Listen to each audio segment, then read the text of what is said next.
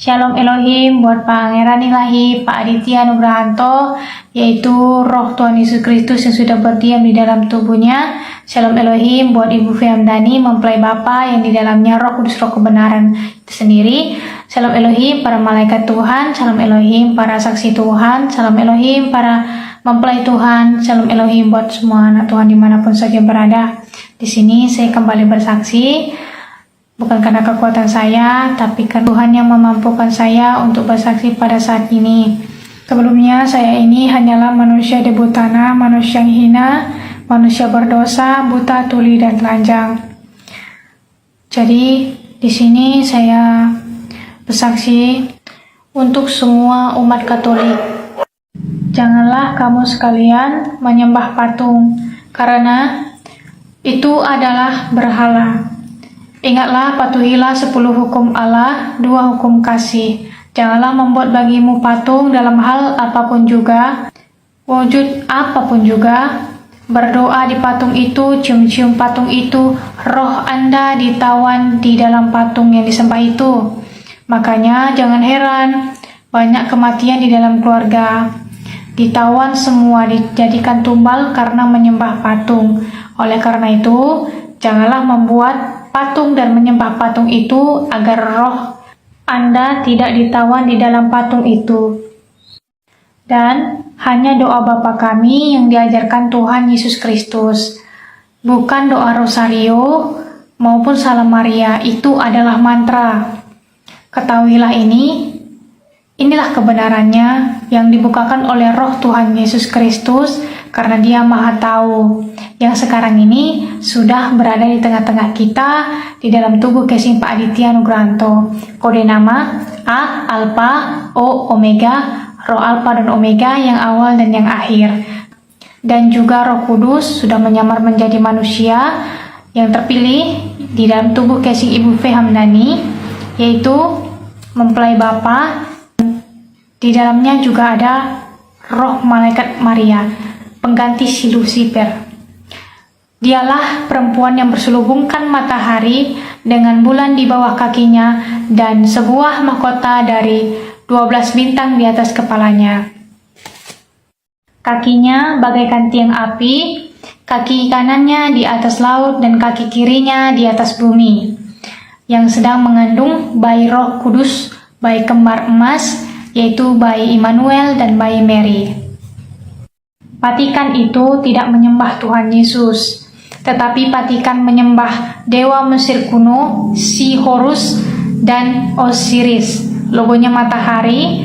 Patikan angka bilangannya 666. Dan salah satu gulungan kitab yang termaterai, kitab rahasia, dibukakan di penutupan zaman ini yang telah terbuka, bahwa dulu 2000 tahun yang lalu yang menyalibkan Tuhan Yesus adalah tentara Romawi, kekaisaran Romawi yang berubah menjadi Vatikan sekarang. Jadi yang menyalibkan Tuhan Yesus adalah si Paus Vatikan itu, si ular tua yang menyesatkan umat Tuhan di seluruh dunia. Dan IHS adalah Isis Horus Set. Pusat Babel ada di Vatikan, dan sudah banyak bukti-bukti dan terbongkar karena dibukakan sendiri oleh roh Tuhan Yesus Kristus itu sendiri. Nama gelar Paus Vicarius Filii adalah angkanya 666, dan dia mengesahkan perkawinan sesama jenis itu LGBT. Nah, yang membuat murka Allah cepat turun, Sodom dan Gomora, inilah penggenapan dalam Lukas 17 ayat 29.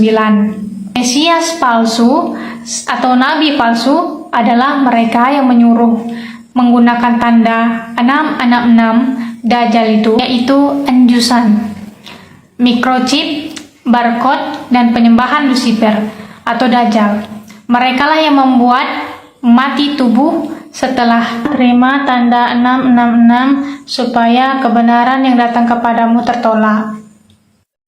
Salah satu ilah lain adalah mengagungkan anjusan itu supaya bisa menikmati dunia ini, bisa masuk mall, bisa bepergian sesudah terima tanda 666 itu.